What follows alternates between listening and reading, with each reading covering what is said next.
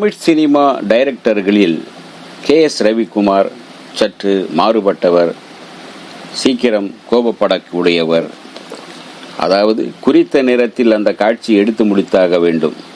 அந்த ஸ்பாட்டில் அந்த நட்சத்திரங்கள், அந்த தொழில்நுட்ப கலைஞர்கள் எல்லோரும் ஸ்பாட்டில் இருக்க வேண்டும். இல்லை என்றால் ஏதேனும் ஒரு ஓரத்தில் நின்று விளையாட்டு செய்து கொண்டிருந்தால், அரட்டை அடித்து கொண்டிருந்தால் அசிங்கமாக திட்டிவிடுவார். அந்த அளவுக்கு கோபப்படக்கூடியவர். அதாவது தன்னுடைய தொழிலில் சரியாக இருக்க வேண்டும், குறிப்பிட்ட நேரத்தில் அந்த காட்சி எடுத்து முடிக்க வேண்டும். அப்படிப்பட்டவர். பணக்கார குடும்பத்தில் இருந்து வந்து சினிமாவுக்கு வந்தவர். சினிமா வாய்ப்பை தேடி வரும்போதே ஒரு பைக்கோடும் நல்ல வசதியோடு தான் வந்தவர். அந்த அளவுக்கு வசதியான ஒரு குடும்பத்து பையன். தயாரிப்பாளர்களின் டைரக்டர் என்று சொல்லலாம்.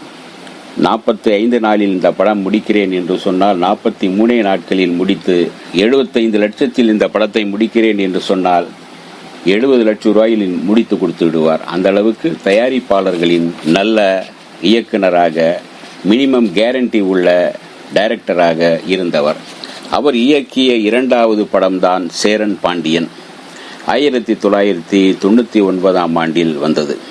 அவர் இயக்கிய அந்த இரண்டாவது படமே 200 நாட்கள் ஓடி மாபெரும் வெற்றி பெற்றது.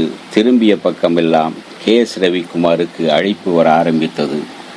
சூப்பர் குட் ஃபிலிம்ஸ் அவருக்கு மிகப்பெரிய உற்சாக வரவேற்பை கொடுத்தது. சூப்பர் குட் ஃபிலிமின் மனம் அறிந்த அன்பான இயக்குனர் தான் KS ரவிக்குமார். புரியாத புதிர் என்ற படத்தின் மூலம் இயக்குனராக அறிமுகமான KS ரவிக்குமார் இயக்கிய இரண்டாவது படம் சேரன் பாண்டியன்.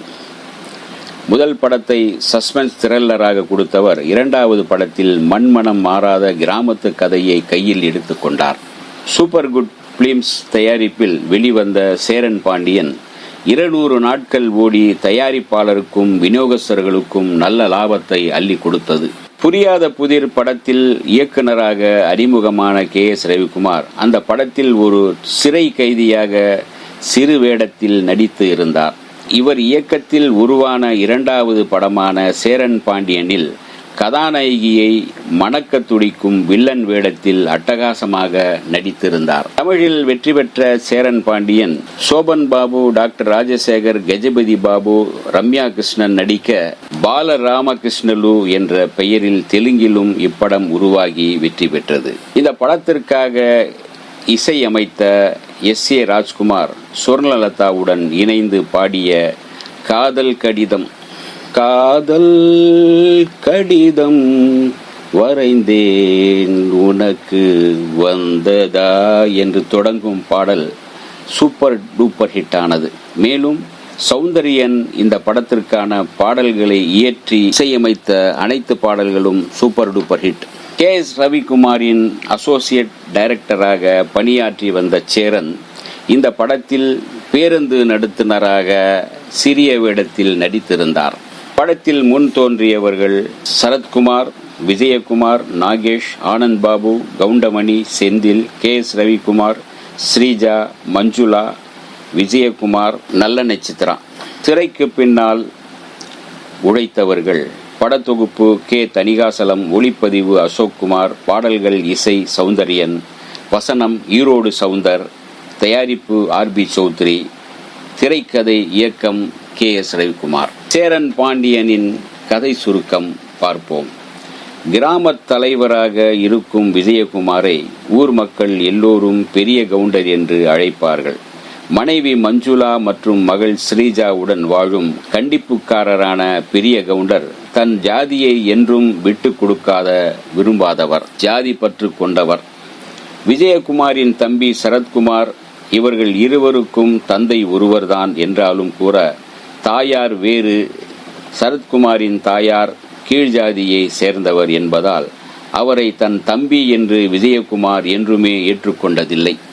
ஒருமுறை சரத்குமாரை காண அவரது உறவினரான ஆனந்த் பாபு அந்த கிராமத்துக்கு வருகிறார். ஸ்ரீஜாவுக்கும் ஆனந்த் பாபுவுக்கும் காதல் மலர்கிறது. இந்த விஷயம் விஜயகுமாருக்கு தெரிய வர அவர் ஸ்ரீஜாவுக்கும் நாகேஷின் மகன் KS ரவிக்குமாருக்கும் திருமணம் செய்து வைக்க ஏற்பாடுகளை செய்கிறார். இறுதியில் தன் கணவர் விஜயகுமாரின் தவறுகளை சுட்டிக்காட்டி அவரை திருத்துகிறார் மஞ்சுளா. இறுதியில் மனம் மாறும் விஜயகுமார் தன் மகள் ஸ்ரீஜாவை ஆனந்த் பாபுவுக்கே திருமணம் செய்து வைக்கின்றார்.